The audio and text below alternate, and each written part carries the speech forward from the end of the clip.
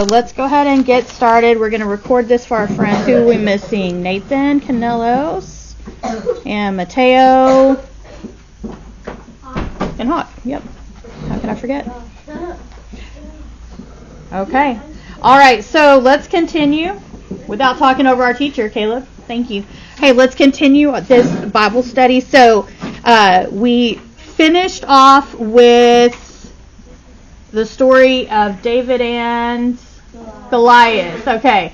So at that point, David had already been helping out with Saul. Remember, he was playing music for him because Saul, the Bible describes him as, it's almost like he's like demon possessed. Like he's possessed with an evil spirit.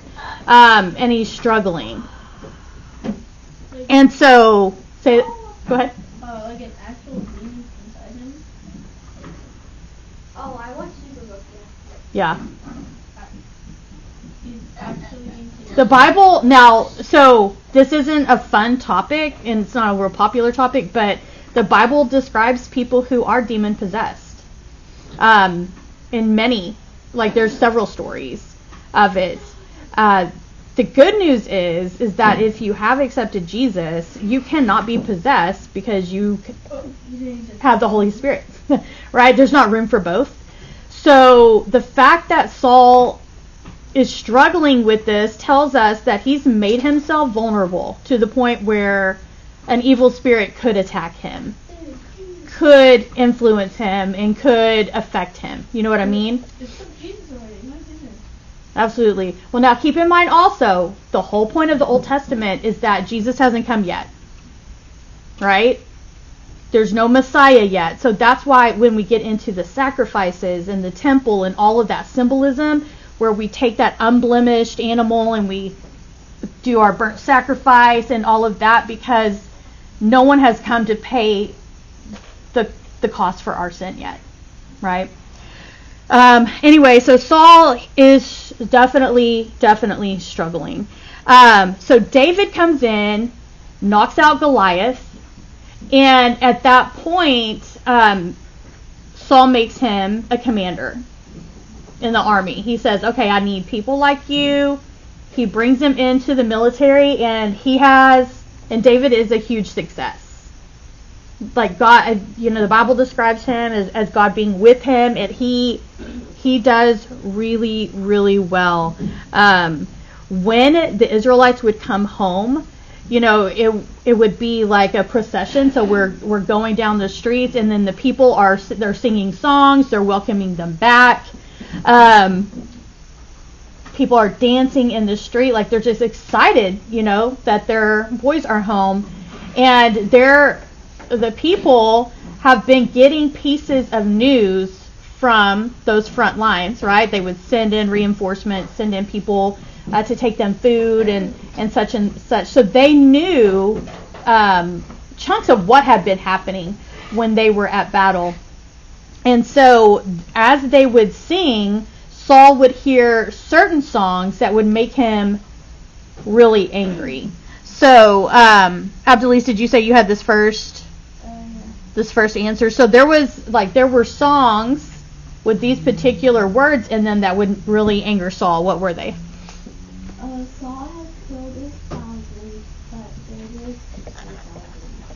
Saul has killed his thousands,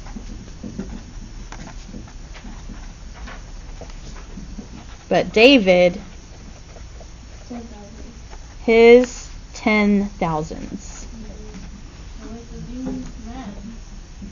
So when you look at the numbers here, you're kind of like, at first you're like, wait, what? So here's Saul with his thousands, but David with his 10,000. So the people are like, Saul is all right, but David's like the man, right? So when he hears them singing these words, obviously he gets angry, and I think it would bother anybody. Kat? Mine says it's different. What does it say? Saul has slain his thousands, and David their 10,000. Yeah. So you might have slain, killed. Does anybody else have some different vocab there? Yeah, those sound good to me. So the people are even noticing already a difference between Saul and between David. Now, at this point, I don't think that Saul knows that David is anointed as king. It's supposed to be a secret, okay? However, starting from that moment where David comes and fights Goliath off with that slingshot, the tables have turned. Because remember, we talked about how David was the only one. Goliath had been mocking them for a while. It wasn't just one day, okay? He had been coming out and mocking them. And David is the only one. No more air guns. What are y'all doing? Hi, caramba. Oh, you were doing... I know. Oh, yeah, no, but you missed it. Like, yeah, see, we're not pulling back the slingshot. That's what he's trying to tell you. We talked about that yesterday. We'll show you a picture in a minute. I know. Oh, you know, but you keep pulling back the slingshot? I'm used to And we're off topic. Okay, so from that moment, David shows that he is very different.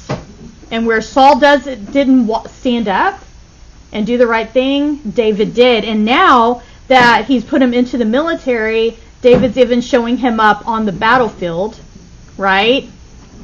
So according to verses 12 through 16, why does the Bible say that Saul is afraid of David? Kat? Because the Lord is with David, and Saul thinks the Lord departed from him. The Lord was with David.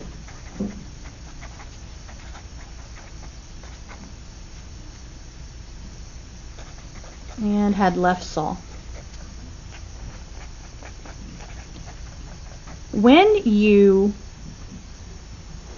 have a relationship with someone, friendship, whatever it is, maybe it's your parents, maybe it's a sibling, and when you're out of sync with that person, when that person is upset with you, you can feel the difference. You guys know what I'm talking about? That uncomfortable feeling where I think you're gonna die. Yeah, especially. It's like awkward. And it feels awkward and you're uncomfortable in your own skin because you don't even know how to act because the person's angry at you. So whereas you would have been like completely comfortable and just said, the first thing that pops in your head, now you're awkward, you don't want to talk. I think that's true for you guys especially. I think it's true for all kids at school. Like you go to school the next day, it's uncomfortable. So-and-so's mad at me. But here it's even worse because it's so small. It's so small that it could affect you even like across the hall with a fourth grader. I want you to hold on to that feeling because Saul knows that he's not right with the Lord. Nice air ball, but have a seat.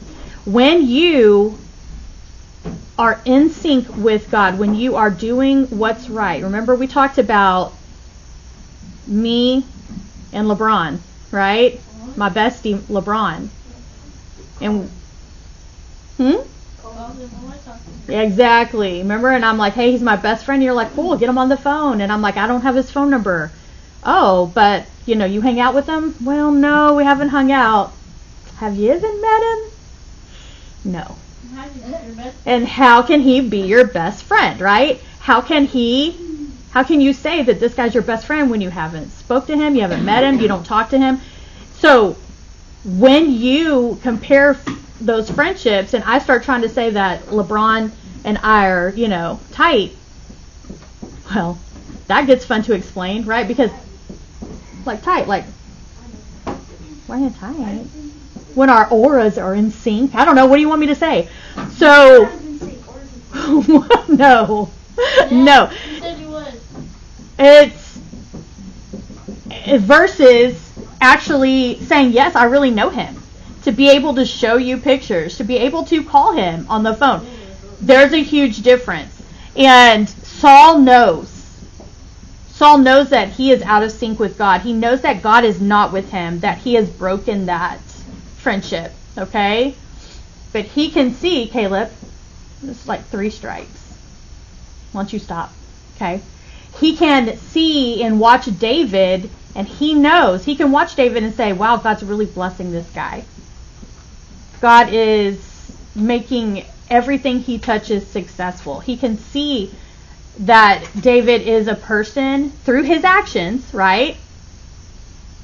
That he is for God, that he is standing up and doing what is right. And so he's afraid of him. It's called intimidated. He's intimidated by him. When you know that you are not doing what you're supposed to, and you are faced with somebody else who does your job but way better than you, it's not fun. It's not fun. I mean, you're faced with your own weaknesses, and sometimes that's easy to ignore until it's not. So Saul, again, remember, he's plagued with this evil spirit. He's struggling spiritually, and he has no God to help him. So imagine just forces of evil, the temptations, like Satan just whispering things to you in your head saying, but you're the king. You don't need him. But you're the king. Why does it matter if David's better than you? You can just get rid of David. You don't like him? Get rid of him. You're the king, right? And just influencing you in those negative ways. What's this? It tells me that if somebody, I don't know what job it is for Valentine's, Mm-hmm. but my husband got a bunch of extra chips and said you can pass them out, or somebody doesn't bring Valentine's. You're so sweet. Thank you for sharing. You're welcome. Thank you, Miss Lewis. Anyway, and so Saul is fighting these impulses and these voices and these temptations. Only the difference is that he doesn't have God to help battle them. And on our own, y'all, we are so weak. We don't have a chance. We don't have a chance against them. All right, and so Saul begins to really hate David. Yeah, Jackson. That would be annoying, just having whispers in your head, like Absolutely. forever, like you going crazy. Yeah, absolutely. I mean, and are they like audible? Can he hear them? I don't know. I think that sometimes when we say like a whisper, we can also picture it like, Thousands of whispers. or even just thoughts that pop in your head. I mean, you're sitting there and it's kind of like daydreaming. You guys know what I mean? Like where you just kind of go off into la la land and it's almost like you're dreaming but awake. Like you just start thinking about 1,000 other things. Only imagine the things that pop in your head are ugly and dirty and evil. And there's nothing in you to help you fight them. You just hold on to them. Yeah, Jack. I feel like since he's getting those thoughts over and over and over again, it's just making him going more crazy until he's closer to doing it. Oh, absolutely. And I think that that's an ugly cycle too, where you're thinking this stuff all the time, and it feels impossible for you to fight it, and it's exhausting. The truth is that that's how Satan works. He puts images in our path. He puts thoughts in our head. He puts little ideas in every TV show that we watch. You can't even drive down the road anymore. You're going to see a billboard of someone in their underwear. You know what I mean? And it's like, gosh, why? Why, God, do I need to see that? And you can't unsee it. It pops back up in your head later. And see, that's not sin. When the stuff pops back up, that's not sin. But when you don't change the subject in your own mind, when you sit there and say, oh, yeah, I remember that. Oh, yeah, let me think about this some more. And you make a decision to entertain it and to pay attention to it and to let it kind of like live rent-free in your mind, that is where sin comes in. Okay? And you guys are learning better. You are learning, even here or at church or wherever you hear the Bible taught, that, hey, when that stuff happens, it's like, all right, you know what? This is why I memorized scripture. Let me quote some scripture to myself. Let me think about someone that I know that needs help. Let me think about my grandmother, right? I always like, every time the girls do something bad, I always say, do you want me to call Brother Morrow or Brother Jonathan and tell them about this? I used to do that a lot when they were younger. That's our pastor and youth pastor. And they'd be like, no, don't tell them. There's just something about like telling your pastor knowing that something that you did wrong, right? And for you guys, it could be your parents or whatever. But they know they're wrong. And Saul knows he's wrong. He knows he's wrong. But it never ends. Yeah. When you brought up daydreaming, it popped something up in my mind that I tend to daydream about. Yeah. Really something ugly and dirty. That's what same thing pops into my mind again. The thing that you struggle with? No, something I daydream about. It's fun. Oh, but you said dirty and... Okay, yeah, I misunderstood you there. Because like, I daydream about things in my book. There's this cat named Rock. He's good in there with cats except he's supposed to have fur, but he never goes out in the sun, so he only has like patches of fur. He has big bulgy eyes because he's blind. Mm-hmm. And like, and he's dirty. And like, when I daydream, I just think about the book scenes like he's in it. It made me laugh. Oh, that's funny. Because when you brought that up, like you're reading my mind. Yeah, and that's why we have to be careful with what we read, what we watch, what we listen to, because it does live in your brain. It takes over those brain cells. Jax? I have a question. Yeah. What? I don't really get that name. It says, and then Jason put the alphabet in math. Oh, it was referring to algebra. My mom. A lot of people hate algebra. Yeah. Oh. Algebra is it's a form of math where you're solving for unknown numbers. So the letters represent a number that you have to solve for. Only for algebra, there's rules and rules and rules and rules about how you get the letter by itself. And so for some people, that's kind of where the Satan idea comes into the meme. Versus like geometry, which is kind of abstract, where you have to be able to kind of picture things moving without a lot of formulas. I always hated geometry. I could do algebra all day because I can memorize the rules. But for geometry, I'm like, wait, what happened? What do you mean it went this? I don't know.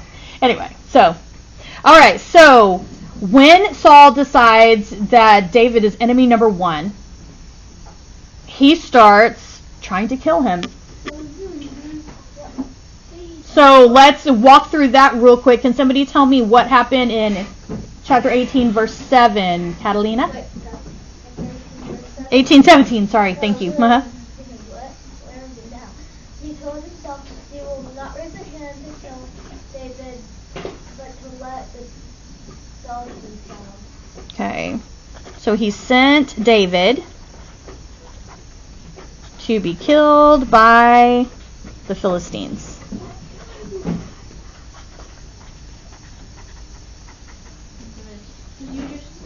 Didn't he just kill all of Yeah, but it would be pretty easy to send him in early and hold the rest of the soldiers back to where he's by himself. Again? And you can only do so much. Well, he has God, so. So exactly. So he's. Clearly, and so spoiler alert, all of these things are going to fail because this story is far from over. He wins. But but like militarily, you could just send him into the people who are on the very front lines don't do well because they're the first to be attacked. And they're out there, they're, one-on-one with the rest of the enemy for the longest, So he sends him out to be killed by the Philistines. Major fail. What happened in... What is this? There's 2 different instances. Chapter 18 and 19. Anybody other than Kat have an answer here? I'm just going to throw up an L for the rest of you who didn't get your work done. Yes, ma'am. Rock 1, 2, 3 got him, but David dodged them. By not even dancing. He's like, David just threw it and like a bunch of them got knocked out. Yeah, that's just like the little... So there are 2 separate instances here where Saul is in the room with David, and he just picks up the spear and throws them at him, at David. But now you gotta know your turn. At least 3 times. He just throws a spear at him. Does David know? think Is David just sitting there and it's like they're missing? And He knows. He knows. There's going to be suspicion, but eventually it's going to be he knows, because at some point he's going to run for his life. David's going to have to leave and run for his life. I was just imagining him just sitting down and all the spears are just missing him. David nods. Yeah. Let's look at that real quick, because I'm trying to remember. Or he just didn't have the ability Look at the second one. Samuel 19. 9 through 10. Like, what happened? Why is there a spear in my face? Oh, I guess I'm gonna nod. But an evil spirit from the Lord came on Saul as he was sitting in his house with his spear in his hand. And while David was playing his lyre, I think that's how you say that, or lyre, Saul tried to pin him to the wall with his spear, but David eluded him. As Saul drove the spear into the wall, that night David made good his escape. So at that point, they're face to face. Like, there's no doubt in his mind that Saul's throwing something at him. Perfect. NIV, maybe? Yep. And then in verses 19, chapter 19, verse 15, what does it say happened?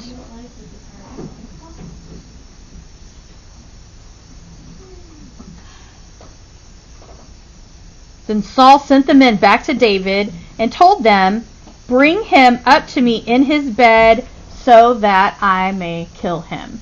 So he sends some... Go ahead, Kat. Do you have the answer to that last one? Yeah. Go ahead. Saul told his soldiers to take David to his bed when he would kill him. So he sends some people up.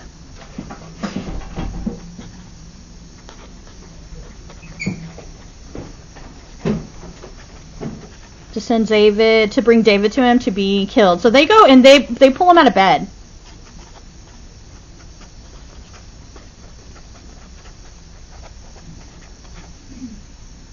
They go to pull him out of his bed in the middle of the night.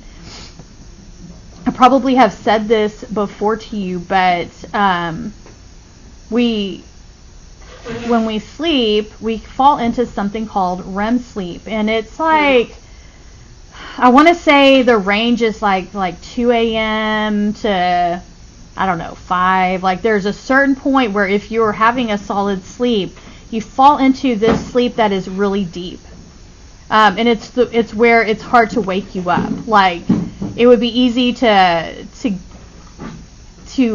advantage of somebody when they're in this sleep, because it's just hard to pull yourself out of, right? Versus like, I'm just taking a light nap.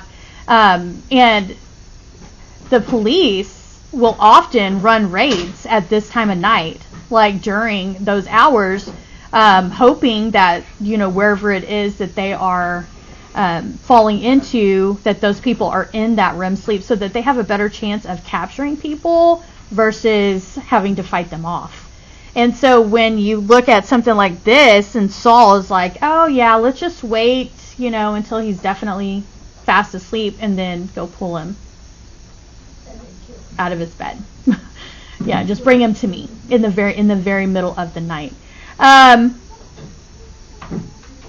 Now, right after David killed Goliath, the Bible tells us that he meets Jonathan, who is one of Saul's sons. And their friendship is an important story in the Bible, because it's really a beautiful picture of what friendship should be.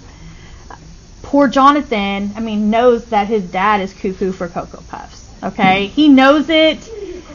He's watching all of this happen, and he's aware of what his dad is doing to David. And at another point, he even listens to his dad's conversation to confirm what his dad's plans are for David. Now, keep in mind that traditionally, if you were a king, who would become the next king? Your son. So really, Jonathan should have been in line to be the next king, but that was not God's plan. But because the two guys are like besties, David's told him that God has anointed him. And Jonathan's okay with that. That's important too. When, number one, we want what God wants, even if it's not what we want. Do you think Jonathan maybe would have liked to have been king? Maybe, right? He's probably been trained for it. He's probably, bye sweetie. That's probably his plan. And then to find out that plan doesn't work, I would think he would be a little disappointed. Yeah. But he doesn't do all that work. Oh, that's possible. But I think that when you have a parent like Saul, I just can't imagine Saul being like, hey, it's okay if you're weak and you don't want to be king. Like, no, it's all about his legacy. I want my people of my blood and my lineage and my line to hold on to the throne, right? It's about remembering him when he's gone.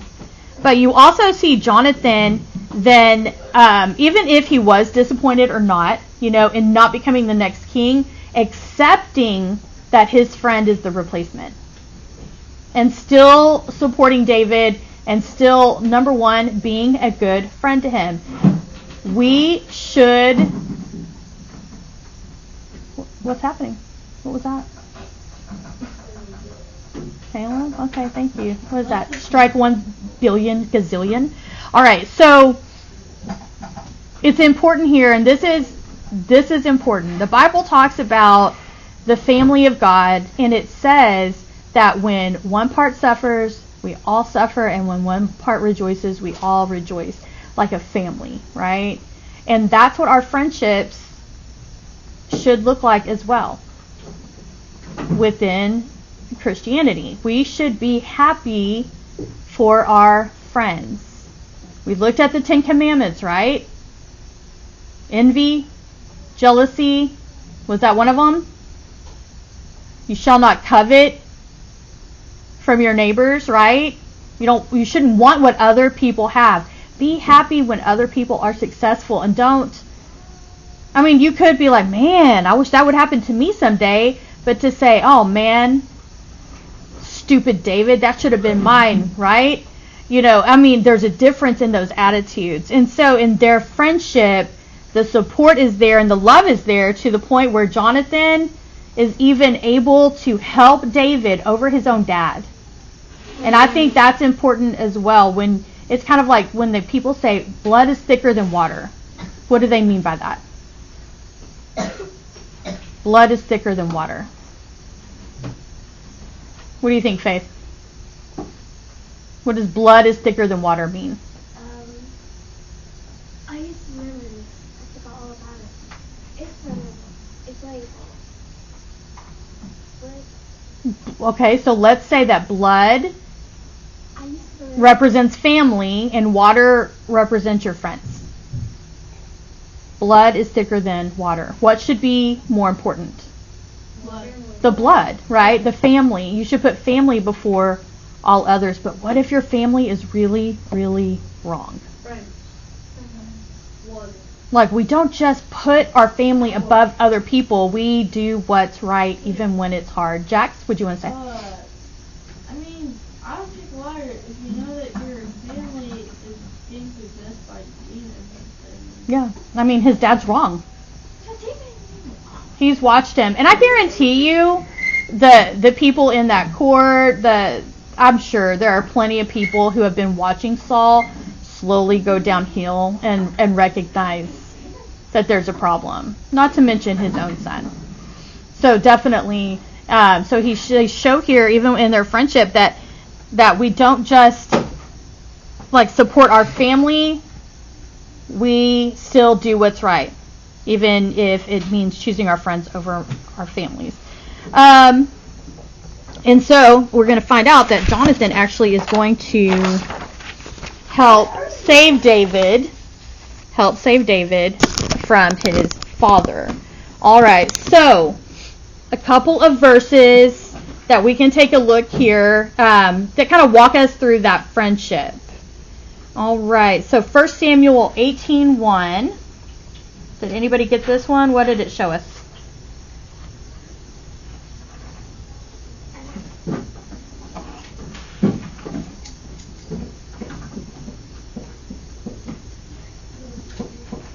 Anybody?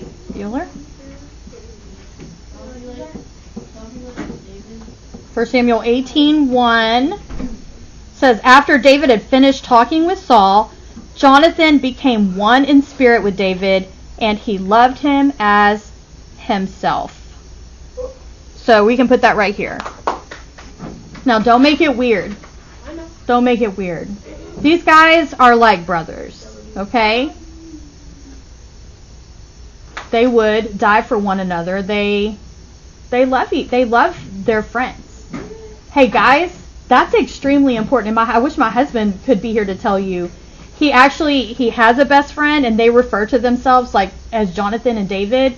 They've been friends for a really long time, and they have been there for each other through thick and thin. As a matter of fact, my husband's best friend lost his wife. It's probably been about 6 years ago now. She died of cancer. They had 3 kids. Like, he needed his friends to help him and support him, not to mention his church family. So they've seen each other go through struggles and, loss of family and things like that. And they support each other in a way that, like, their wives can't. Guys need to connect with other good Christian men to keep each other accountable. What about chapter 19, 1 and 2? Saul told his son Jonathan and all the attendants to kill David. But Jonathan had taken a great liking to David and warned him, my father Saul is looking for a chance to kill you. Be on your guard tomorrow morning. Go into hiding and stay there. So this is that place where I told you Jonathan finds out what his dad is planning, and he warns David. Right here, we're going to put this right here as B. Warns David that his dad's going to kill him. 1 Samuel 19, 4 through 5. Jonathan spoke well of David to Saul Jonathan spoke well of David to Saul his father, and said to him, let not the king do wrong to his servant David.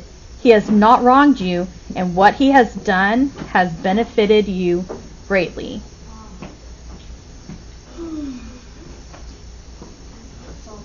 So we see right here Jonathan sticking up for David and telling his dad, hey, this guy's innocent.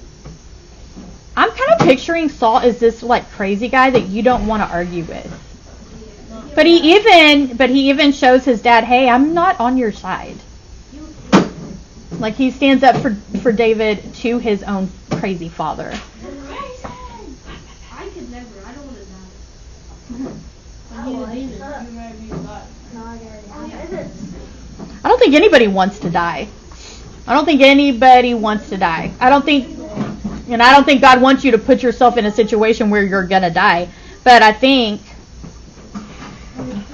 that we can't assume we're going to die. I think we have to do what's right. What'd you say? I would stand up to my father. You what? No. You would? I would stand up to my own father and say no. Not like I've already done it before. Right. I can't be telling them. Well, there you go. Well, I mean, when they're wrong, they're wrong. Got it. Go ahead. All right. Almost done here. So chapter 20, verses 12 through 16 say, Then Jonathan said to David, I swear by the Lord, the God of Israel, that I will surely sound out my father by this time the day after tomorrow. If he is favorably disposed towards you, will I not send you word and let you know? But if my father intends to harm you, may the Lord deal with Jonathan, be it ever so severely, if I do not let you know and send you away in peace. May the Lord be with you as he has been with my father. But show me unfailing kindness like the Lord's kindness, as long as I live, so that I may not be killed. And do not ever cut off your kindness from my family, not even when the Lord has cut off every one of David's enemies from the face of the earth. So at this point, if Saul wants to kill David, we've talked about how when you would go in and take care of whoever was on the throne, it wasn't, remember we talked about the cupbearer, the people who tasted the king's food, because there was always a chance that somebody was going to kill him. And it wouldn't be uncommon for them to wipe out their whole families. Why? Because you don't want a son to come back and try to avenge his father. And so Jonathan is saying, hey, I'm going to let you know when you need to take off, and if I don't, shame on me. But he asked him to remember him, okay, and to spare him and his family, his direct family, when he comes into his kingdom. And so here we have Jonathan asking David to show him kindness. And then, of course, we find out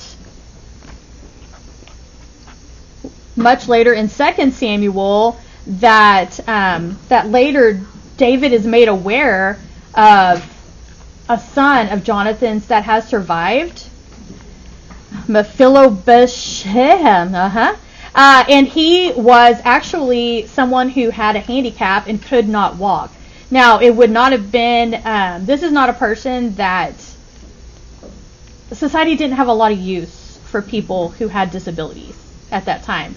Later in the New Testament, you'll see the disciples walking up on people who are crippled outside of the temple who are begging for charity, and they ask, hey, who sinned, this guy or his father? It's just kind of like with the women who can't have babies.